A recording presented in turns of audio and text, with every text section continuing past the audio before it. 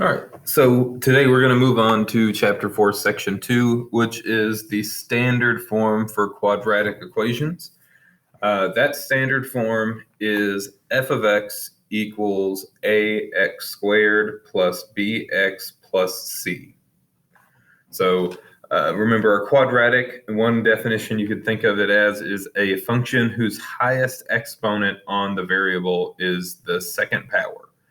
So we should have an x squared term in here, and then you can have an x term and a constant, and then you would write those in descending order. So for example 1, we just have a standard form quadratic, y equals 2x squared plus 10x plus 7. So let's go ahead and identify a, b, and c here. A is the coefficient of the quadratic term of x squared, so a is going to be 2. B is the coefficient of the linear term, the coefficient of x, so that's going to be 10. And C is the constant, so that is going to be 7. Typically, they're going to be written in order. You want to make sure that you get your signs written correctly. In this case, all of them are positive.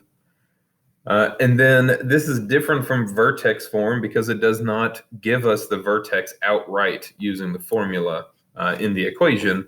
But you can find the x value of the vertex by calculating x equals negative b over 2a. So that's a formula you should want to memorize using the vertex out of a standard form quadratic. Negative b over 2a will give you the x value of the vertex. So in this case, we've got the negative sign, b is 10,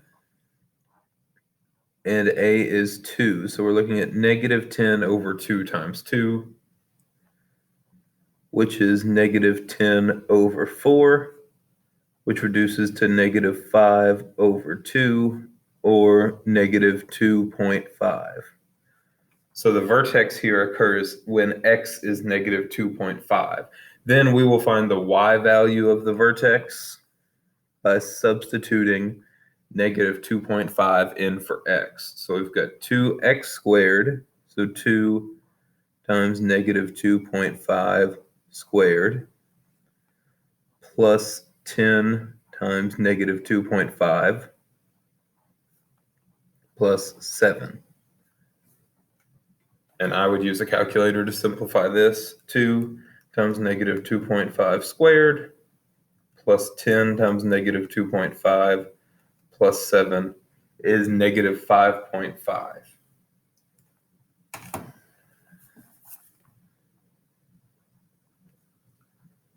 So now we're going to look at some key features of this graph. First, the vertex is going to occur at the point negative 2.5, comma negative 5.5.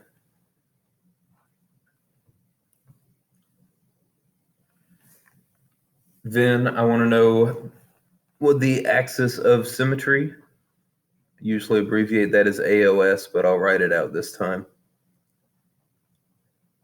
Remember, that is the vertical line that goes right down the middle of the graph, and it is found through x, so that is the line x equals negative 2.5. Does the graph open up or down?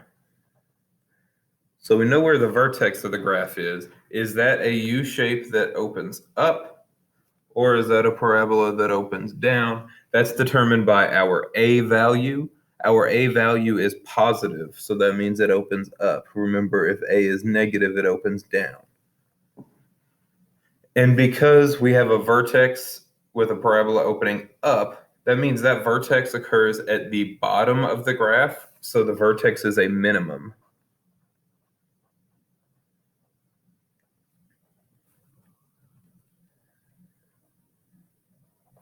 If the graph were to open downward, the vertex would be a maximum. The domain is the set of x values we're allowed to use. The domain for all of these parabolas we are talking about is all real numbers, because you can put any value of x in to the function. And then the range is the set of y values that are possible to hit. We know that y can be negative 5.5.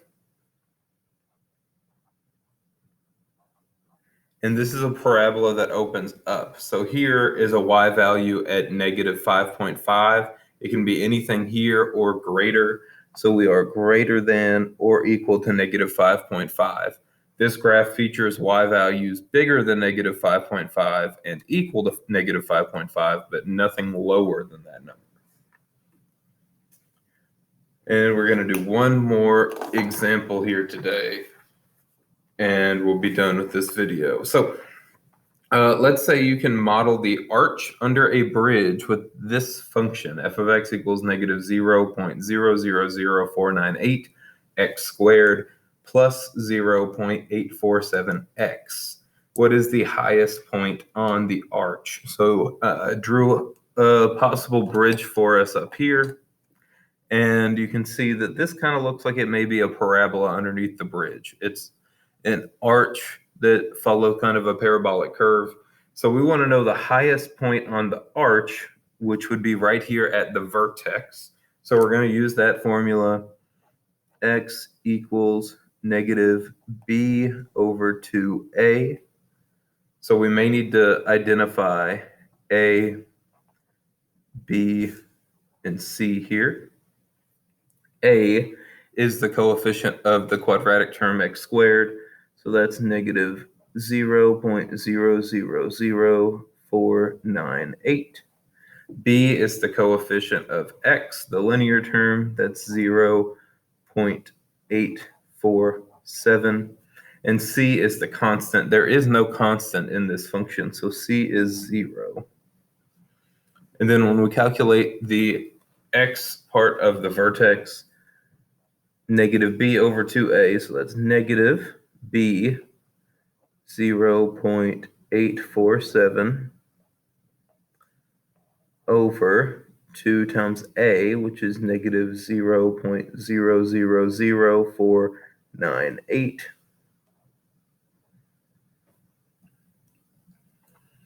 So then I'm going to put that into my calculator here, negative 0.847 over 2 times negative 0.000498. And I'm getting a decimal approximation. It's about equal to 850.4016. I'm going to store that as x in my calculator. And then we want the highest point on the arch. Remember, x tells you the left and right direction. So starting at the beginning of the arch, the vertex occurs 850-ish feet into the arch, but it does not tell us the y value yet. We need to calculate that by substituting the x value in here. So that's going to be about equal to negative 0.000498 times 850.4016 squared plus 0.847 times 850.4016. So then that's negative 0.000498 x squared. Remember, x I saved is this number plus 0.847x. That comes up to be about 360.1451 if I round. And that's going to be whatever unit is used in this function, which I believe we said was feet. So the vertex occurs when x is about 850 and y is about 360. It is a parabola that opens down. You can see that this is a maximum point on the arch, and it opens down because a is negative. And our answer there is the highest point on the bridge, or on the bridge's arch, occurs at about 360.1451 feet.